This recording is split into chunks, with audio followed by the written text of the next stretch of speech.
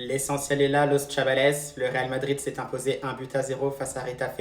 C'est le strict minimum. Et franchement, on va pas jouer les difficiles.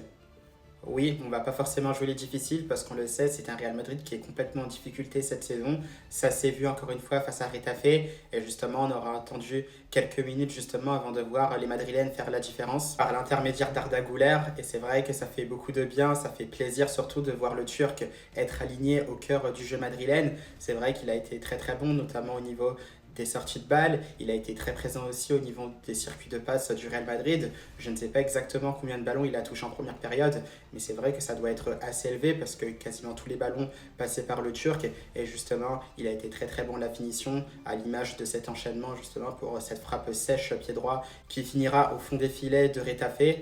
Donc voilà, c'est un très bon match d'Arda Güler dans l'ensemble, surtout en première mi-temps, parce que c'est vrai que c'était une deuxième mi-temps extrêmement soporifique. Donc voilà, le strict minimum a été assuré pour le Real Madrid. Mais encore une fois, un Real Madrid qui s'endort un peu, un Real Madrid négligent, un Real Madrid trop facile avec beaucoup de déconcentration. Et sur ça, justement, on a vu un Retafe qui a failli en profiter avec cette dernière occasion pour Álvaro Rodríguez, une superbe demi-volée. Et heureusement, Thibaut Courtois a veillé. Encore une fois.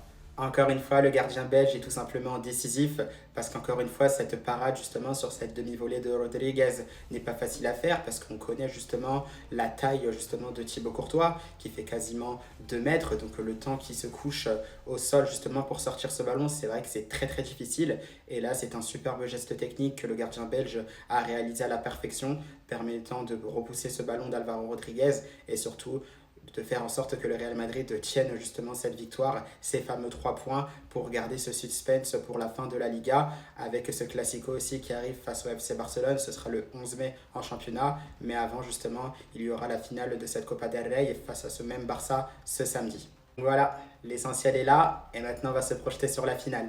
À la Madrid!